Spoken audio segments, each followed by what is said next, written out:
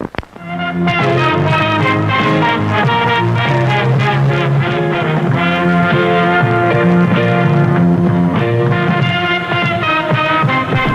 is now time for our feature presentation.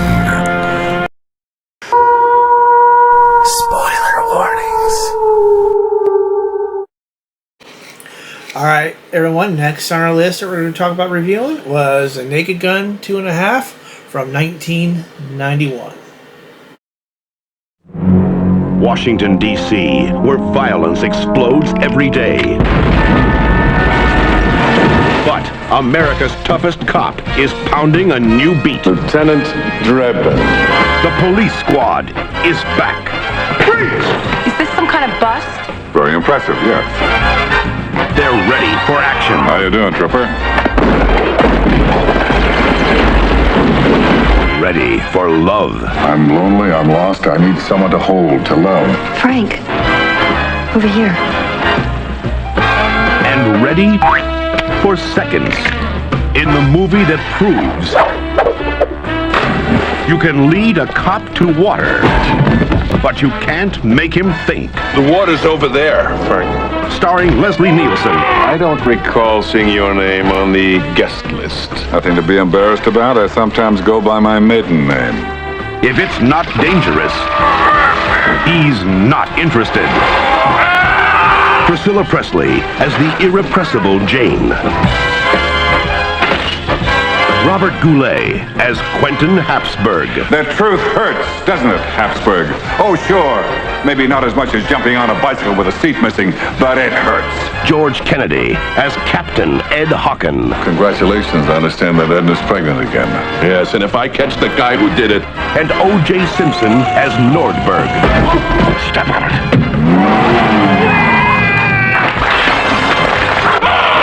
If you only see one movie this year,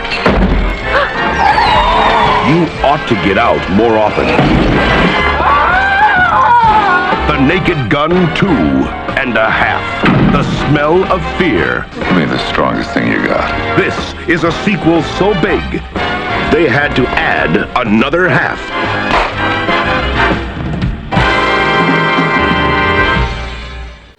Alright, we have watched the second Naked Gun film, and honestly, just on par with the first one. Like, Dwayne says for him, we talked before I watched it, he says he didn't really like the second one as much. So when I watched it, I was like, I don't know what he's talking about, because I was pissing my pants laughing. It was absolutely hilarious. Had a blast with it. You got the old gang, Leslie Nielsen's back, murder, what's his name? O.J. Simpson. Yeah, murder O.J. Simpson's in it. We have the guy from Harry Potter, the Harry's uncle. Oh, yeah, he was Dr. Whinchfoot, whatever his name was. Yeah, he's in it. Weird Al's back. This time he's threatening the police, group of police, and then when Frank walks in, he just knocks him out with the door. Classic. That's like the fifth person he did that with in this movie. Boy, he beat the hell out of, what was... Barbara Bush. That's what I was going to go. The beginning starts off with like a state dinner at the White House, and everybody's walking, saying hi, and all of a sudden the door opens and knocks Barbara Bush, the first lady, out, and Drebin comes out like he just ignored everything. Just did it. So yeah, he beat her ass the whole movie. And one of the things I absolutely loved is that he didn't get better at driving from the first movie, because that was my favorite thing about this, how bad of a driver he was. And that scene, the opening scene, like he's killed 1,000 drug dealers. He goes, well, to be fair, the last 2 were from my car. You know, I thought, like, oh, thank God he hasn't gotten any better at driving, because that was my favorite part of the first movie. I thought it was hilarious, start to finish. I don't even know if I like this one or the first one better. I do like the first one better a little bit. As just a preference. Yeah.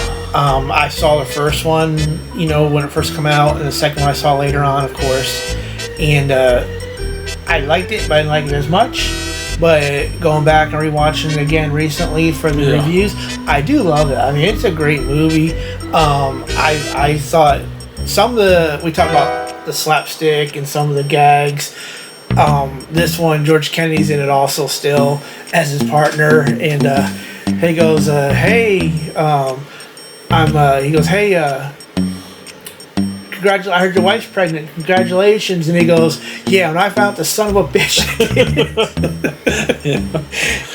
It's great.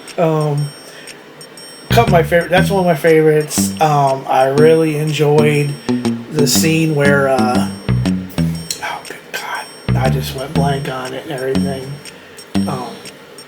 They're talking to the guy that was a scientist guy, and he's talking about all these things, and they're like, "Yeah, we made a improvement in this and that and this and that, and the footprints." He goes, "I'm going to be on Geraldo tomorrow." And they go, "Oh, because of your all the scientific things you did?" He said, "No, my wife's a transsexual satanic worshiper." Yeah, that's funny.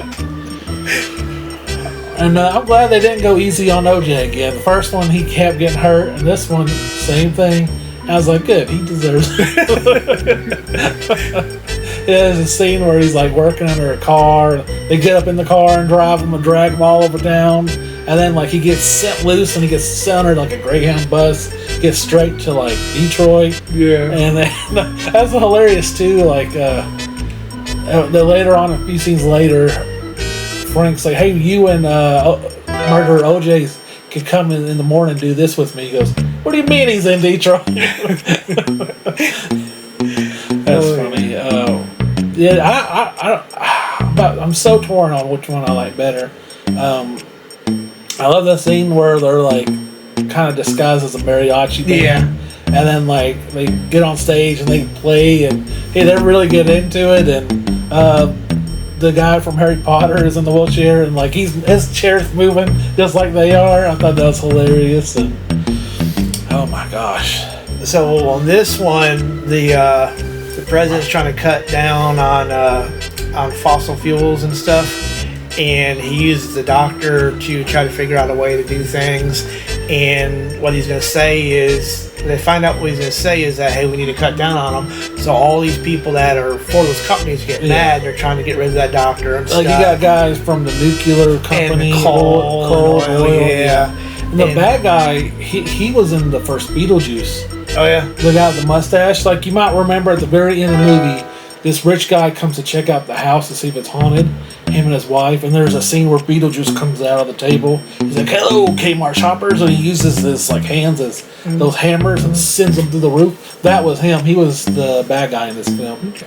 One of my favorite scenes in this movie is they think that Drebin's ex-girlfriend, because they kind of broke up for a while, it's Priscilla Presley, I forget her name, and Jane in the movie. I think so. I think it is. She's taking a shower and somebody's trying to kill her. And as she's in the shower, she starts singing the song "Memories." And then the killer starts singing along with her. Yeah. First he's like whispering it, and then it gets to the point he starts really singing it. So here you are. He's getting ready to kill her, and he's listening to her singing, so he just starts singing with her and everything. And then Drebin gets there, and they get in a fight. And they're using like electric toothbrush on each other, and their hair dryer on each other, and they're throwing like towels at each other and everything. And I just thought that was funny. Like to throw a towel, he's like, "Ooh!" Yeah, this is pure silly shit. Like I said in the first one, this is such a fucking man movie.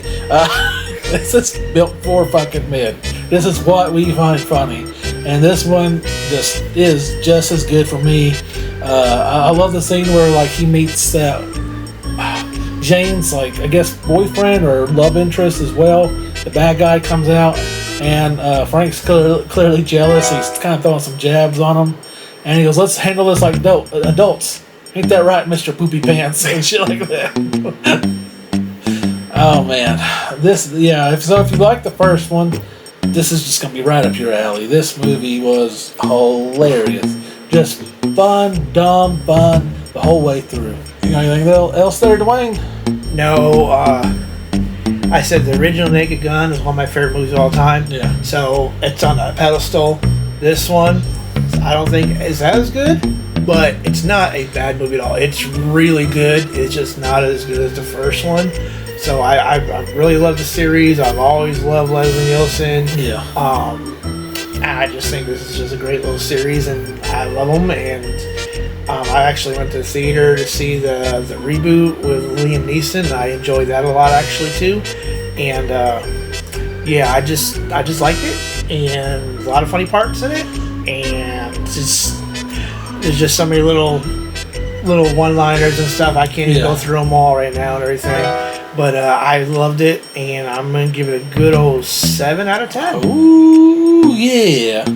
All right, guys. It's time for my pros and cons for Naked Gun 2. The Smell of Fear, I think. My pros: pissy pants laughter, Weird Al cameo, non-stop hilarity, abusing murderer O.J. Simpson. My cons: not a goddamn one. Alright, guys, here is my score for The Naked Gun 2, The Smell of Fear. I'm giving it 8 Weird Al cameos out of 10.